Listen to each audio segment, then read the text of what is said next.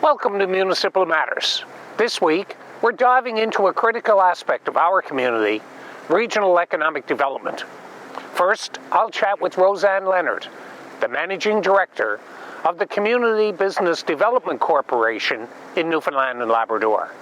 I'll talk to her about the importance of municipalities working together to drive economic success across multiple sectors. Later in the show, I will have a lively discussion with my colleagues, Mayor Darrin of Conception Bay South and Mayor Dan Bobbett of Paradise. We'll explore our collective decision to form a regional economic development agency to leverage our strengths, foster business growth, and showcase our region on a national and global scale. Stay tuned, we'll be right back. Every year, it gets easier to see just how real climate change is. It's time for us to make better choices and take action. By recycling more at home, we make a world of difference, one blue bag at a time. We keep waste out of landfills, and we extend the life of precious natural resources. We all have a role to play, which is why MMSB is partnering with communities across the province to increase recycling at home. Join the curbside revolution. Learn more at recycleathomemnl.ca.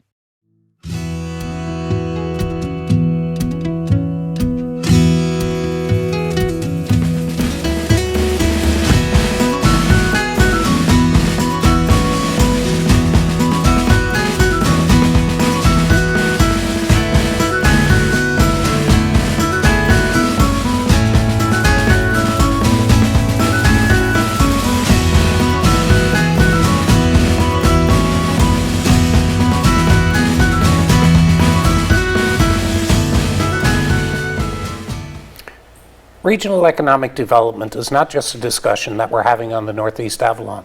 It's a discussion that's taking place right across the province.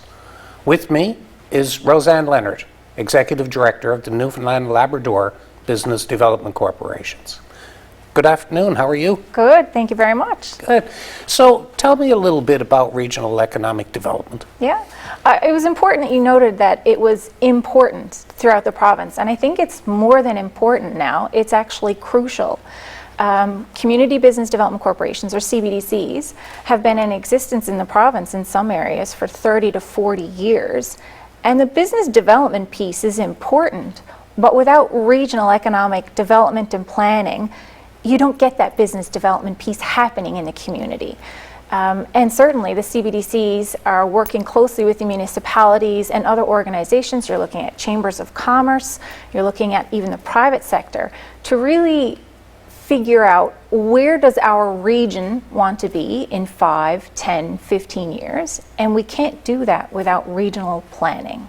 Yeah, I think one of the things that we have to understand is that if anything good happens in a community near us, it's good for everyone. It always has that spin-off effect. So the more we work together, the better we're going to be at developing our economy and creating opportunities.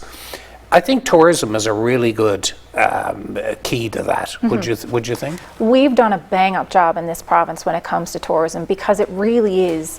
Everything is collaborative about it. You have regional plans, you have multiple organizations and entities coming together to figure out how can we bring people in, how can we keep them, and how can we let them go with a smile on their face. So we need to kind of think along that collaborative approach with all the other sectors, but not even just sectors, but with regions as well. For the first time ever this year, I saw 2 businesses come together for asking for help for a marketing plan, how they can work together to bring in new customers. We see it happening informally all the time, but never in a formal structure such as we need to have a consultant come in or an expert come in and advise us how can we work together better to better serve our community. And now that we're starting to see that, I think that the rest of the province, we also need to take that advice and that guidance and then try and replicate that collaborative approach. Yeah, particularly in issues that are common to all the businesses, like wayfinding is Exactly. a very important part of tourism. Yeah. So in regions, are they cooperating now and working together to address those issues? Some with an informal structure and some with a very formal structure. And I wouldn't even say it looks the same. It doesn't look the same on the Northern Peninsula as it does on the Southern Shore. So I think by us sharing what's working with one region and what's working with another, it's a really good practice so that everybody can learn to recognize that, look at the partners they have, they're working together. We might not have all the same entities here, but we can take that approach and work together. Like you said, if we see growth in one area or in one community, one town, it has a spin-off effect with those around it. So we really need to be able to build on that momentum and make sure that it is happening more often. So nothing's perfect. Have you seen any downfalls or any pitfalls that you've seen in these types of arrangements? I wouldn't necessarily say downfalls. It might be just learning lessons from the approach. Quite often a lot of this stuff happens because it's off the corner of someone's desk and it was a nice idea and you had passionate people there willing to get it going. What I think sometimes we lose is the momentum, is that when it becomes a success, is that all of those entities and organizations are kind of already doing what they're currently doing, their day-to-day job. So I do think we need to be, as a group collectively, making sure that we've got enough resources that once we have a great idea, we now have to continue how to support it. So, of course, getting funding to complete these programs and these initiatives is very important. Taking a regional approach to having that asked to various levels of government is also critical. It is very critical, but even on the receiving side, wouldn't it be great to see if we had our provincial and our federal partners quite often, if they see an application coming across their table and they will say, how does this work with your regional plan? And then it would kind of put the onus back on organizations like ours to make sure that a regional economic discussion is happening at a regional level. Yeah, because we're doing regional work, I know on the Northeast Avalon or even just in the St. John's Paradise, Mount Pearl, CBS, we share resources in water, wastewater, regional fire department. So these things just become extensions of those relationships that are built on those. Mm-hmm. And those are key, they're integral. So you have no choice but to make sure that's working for the safety and the well-being of everybody. So it's only natural then that we would be able to take the next steps from those existing partnerships and really turn it into the economic benefits of the community. And you can't really separate economic and the community benefits anymore. The economics of a business or a nonprofit in the region, it impacts housing, and then the housing impacts school and healthcare and everything. So it's really community planning that we're looking at it from a holistic approach. I think there's also this feeling that, people today that move here or move into our communities, they don't really recognize boundaries. They don't. They just want to go about and work their regular day. So it may be sharing resources too in certain types of recreation and other types of infrastructure becomes important. Exactly, and so many people recognize that, the next community offers this service really well. Maybe we can piggyback that and then offer our service and grow it that way. And like you see that in the same thing when it comes with the CBDCs and their clients. Those businesses are starting to recognize, I'm not going to survive in this global environment if I don't work closer with my neighbors. So the idea of a retail business now carrying the products and promoting the services of other organizations in the community. So it really is everybody working together. Yeah, and there's also the work that can be done on developing the data and the information to attract businesses by explaining that, this is maybe a small community, but the encatchment area that you're serving in this area is critical, and it's of a critical mass that you can be successful. Exactly. A couple of years ago, we worked with the Harris Center and the Regional Analytics Lab to create, a snapshot, a numerical snapshot of what each community or each CBDC region looked like.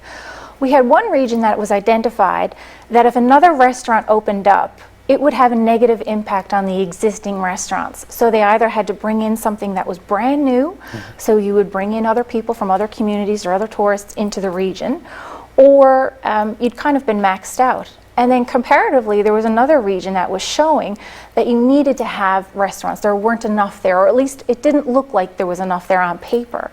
So by working together to understand those numbers, you could actually be talking to the municipalities, to the CBDCs, or anybody, the business in the region. Why isn't there enough restaurants in our region? What are the characteristics for our communities? And then that information can really help build up the next application or the next new business that wants to start up serving restaurants. Yeah, and I think that's the key, is that in attracting business, you want the business to be successful. Exactly. You're not, you don't want to just get the business set up with it failing. You want to make sure that they have all the information to make their business decisions. Yeah. Correct. Well, thanks very much, Roseanne. It was a pleasure, and thank you for coming by to see us. Thank you very much. We'll be right back.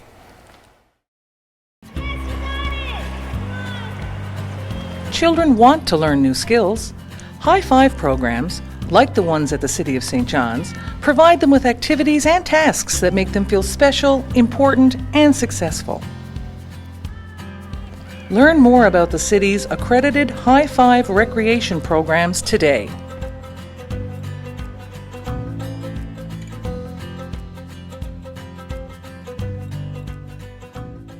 Curious about what's happening in the city? Now you can stay up to date with all things events, arts, culture, and recreation. Follow What's Happening St. John's on Facebook, Instagram, and Twitter. You've got plans.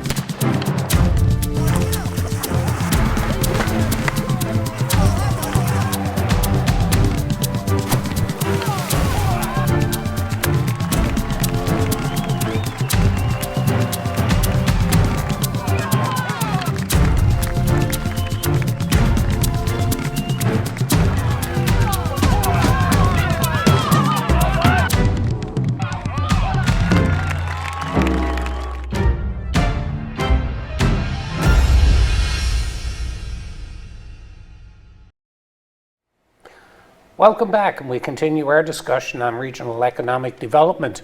And joining me now is the Mayor of CBS, Darrin Bent, and the Mayor of Paradise, Dan Bobbett. Good to see you both again. Good to be here. Yeah, and It's also, good to see you too. just to note before anybody else does, that the mayors of the three communities could get together because we all have the same initials, DB. That's right. So, as we start, we've gotten together and we've agreed to look at the formation of a regional economic development agency. So, Darrin, what does that regional economic development agency mean to your community? Well, one of the things that we've been focusing on for the past couple of years in a big way is commercial development within Conception Bay South. Is something we're sorely lacking, and we need that revenue to help pay for the things we need and the things we want, our residents want. And I've been to some trade shows over the past couple of years and seen what's being offered by other places and seeing what the business community is looking for. And one of the things I notice when I go there is not individual communities showing up to these things that are trying to attract business to come to their area. They're working together in groups. There's a Moncton group I saw at the last one. There's a group from the Welland area of Ontario together. And there's groups from Alberta and BC. Conception Bay South will be competing individually against these for commercial development. And you feel that you're smaller. You can see it. And when you're talking to big companies that want to come do business somewhere in Canada, you need to have the strength of the people around you. You need to have strength of your neighbors. And joining with St. John's and Paradise seemed like the natural thing to do. It would put us into the same level as some of those other regional economic development agencies that are representing areas across the country. And that's where we need to be to compete. Yeah. So for our community, it was the right way to go. Yeah. Dan? Yeah, I would agree with what Mayor Bent said as well. I mean, coming together, there's strength in numbers, and when we go to these various economic areas or shows or whatever around the area, around the country, and even the globe, because that's what we're looking at. The one thing that I guess we just came out of COVID that taught us as well that businesses are pivoting and changing, and municipalities and governments need to do the same thing. So working together, there's synergies there from working together, and when we're competing on a global front to attract business opportunities to the region, we all benefit. Yeah, you know, when we looked at it, certainly we see ourselves as being complementary to each other, as opposed to competing with each other. And on the global market that we're dealing with today, we really do have to be all together in how we approach this. One of the things for us is the timing of when to do it. And if you look at the opportunities that we have, the timing is now to do it. For your community, Dan, what do you think is the timing, why the timing was right now to do this?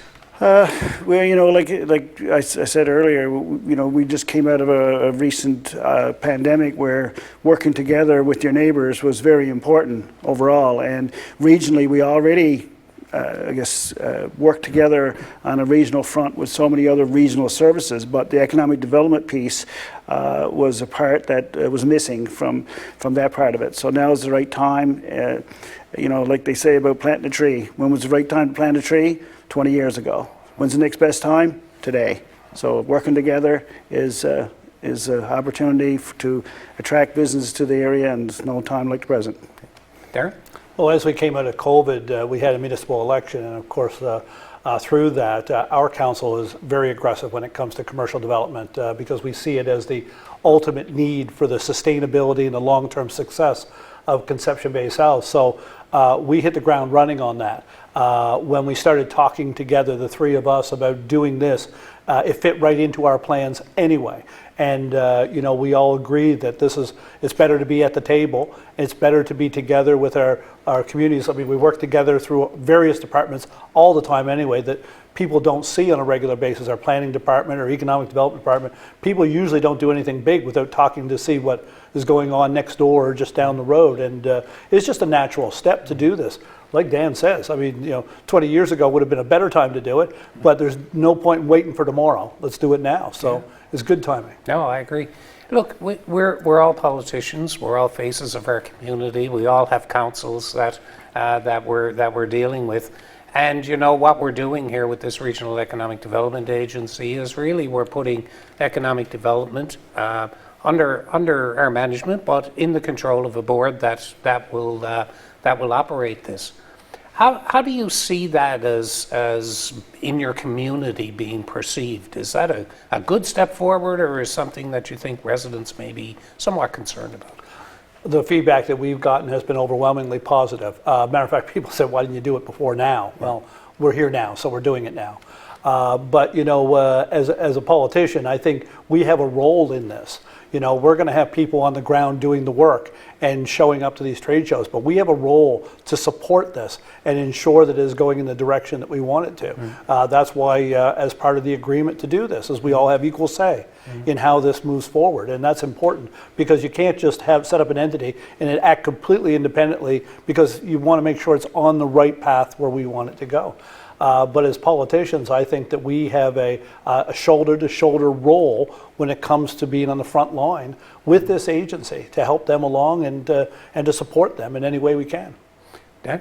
Yeah, you know, absolutely. I would concur with what Darrin says as well. Our community was, you know, overwhelmingly in support as well. And, you know, again, like I said earlier, whatever benefits the region will benefit us as well. And, you know, we've got one of the youngest average age populations. We've got land available for, you know, either commercial and residential. The youngest average age population is your employees of the future. So, you know, for any businesses or entities that come to the region, you know, our growth is everybody's benefit, right, when you think about it. So, like, as we start this and we start moving forward and putting the structure in place, what areas do you think that we should be focusing on, and that you think that the Regional Economic Development Agency would provide that focus? I think the uniqueness of our location and what we have to offer naturally here. I mean, we're one of the most beautiful places in the country, and if not the entire continent.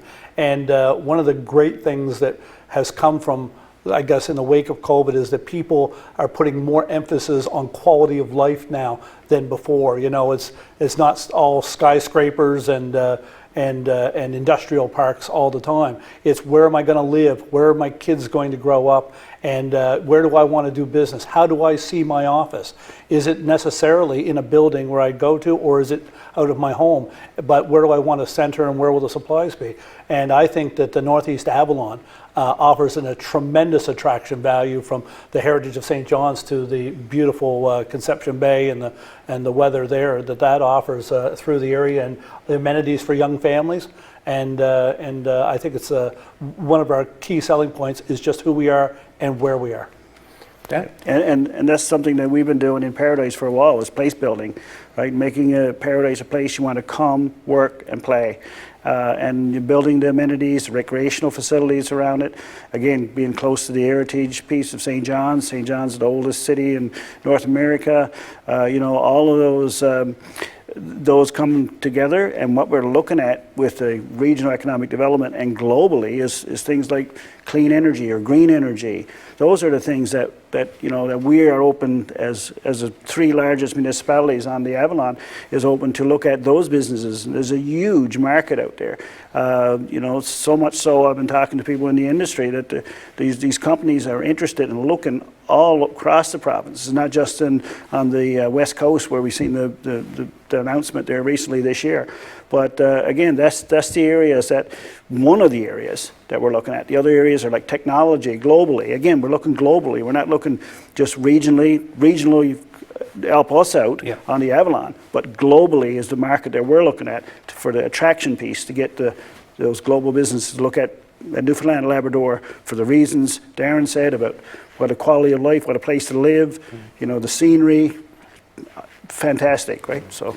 Yeah, when you look at the opportunities that we have in Newfoundland and Labrador, and you look at the ocean industries and the potential that we have there, if you look at the success in the startup sector and what some support municipally can provide to that, can benefit every community on the Northeast Avalon. I think there's a lot of opportunities there, and ones that now is the right time to take advantage of those and make sure that we get the maximum benefit from them.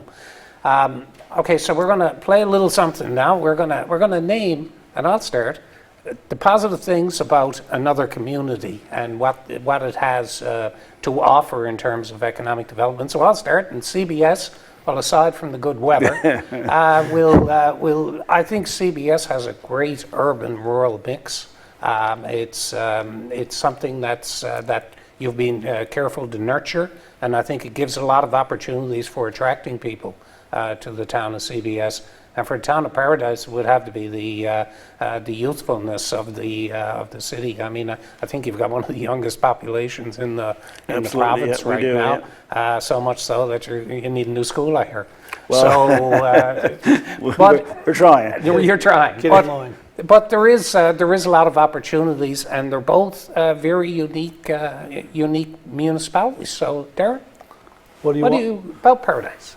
About Paradise? Well, aside from its proximity to Conception Bay South, one of the things about Paradise that I see is that it has a good mix of industrial and residential, and they have room to expand on both. And I think that makes it a good target area for the businesses to look at, and for people to live. And I think, when people come into the region, I think it benefits the entire region, not just one community. So, when you talk about St. John's benefits, Paradise benefits, or Conception Bay South benefits, where somebody lives, half the workforce may live in Paradise, half may live in Conception Bay South, and the business may set up in St. John's. Right. Well, that's great for all of us. Yeah. Dan? Similarly, CBS is the second fastest growing municipality but the second largest in the province. As of 2021. As of 2021. But I think CBS has got a lot to offer as well. The second seaport is something that, from a regional economic development point of view, like St. John's has got a fantastic port and harbour there, but CBS has got a port there that could be developed much further, and I think that's a great advantage going forward when we're looking at ocean technologies and ocean industries as well. That there's an opportunity there that, from CBS perspective, that we can all take advantage of, because whatever happens with us regionally, we're all going to benefit. Well, there's just so much opportunity there, and there's so many benefits that we have here on the Northeast Avalon, and being able to make the maximum use of those to further develop our province, I think, is something that's a responsibility for all of us to take on. Well, thank you very much for joining us. It's been a great discussion, and we will see you here soon. Did you enjoy the show? Let us know. If you have any questions, comments, or concerns with anything that you've seen on this episode of Municipal Matters, please drop us a line by email at municipalmatters@stjohns.ca. We will try to answer any questions that you may have.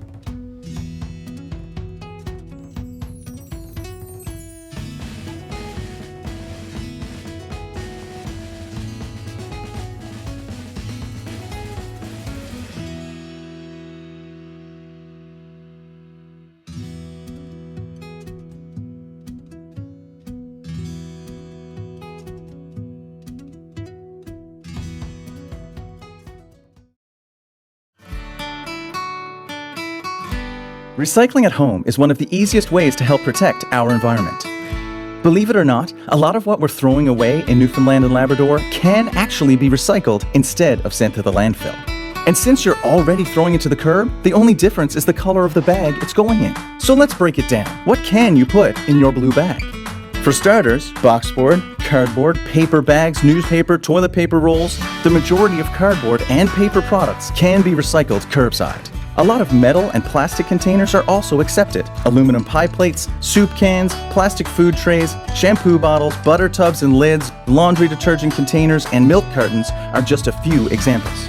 But remember, some items are not accepted in your blue bag. Placing items like glass containers, coffee cups, tissue, wrapping paper, and styrofoam may cause your bag to be left behind. To ensure your recyclables find a second life, you should also ensure they are free of liquids, garbage, or food. And that's it. You just leave it right there at the curb. We all have a part to play. Join the curbside revolution. Learn more at recycleathomενl.ca. Neighborhood Watch is a free, community-based crime prevention program where neighbors come together to be a more connected and thereby safer neighborhood. Neighborhood Watch can help neighbors create a safer environment for everyone by working together, being alert to suspicious and criminal activities, being the neighbor you wish you had. Neighborhood Watch is a safe program. It's about keeping your eyes open to anything that looks out of the ordinary and alerting the police to help prevent crime in our neighborhoods. By working together, we can help prevent crime. Let's connect and protect. For more information, dial 709-726-0180 or email neighborhoodservices@stjohns.ca. And some nasty weather rolling in across the country today. Extreme weather can hit quickly. Because of climate change, high-risk weather is becoming more common and severe across Canada. 1 in 3 Canadian adults have experienced a major weather-related emergency or disaster. Know the risks in your area and learn what actions you can take. Are you ready? Visit getprepared.ca. A message from the Government of Canada.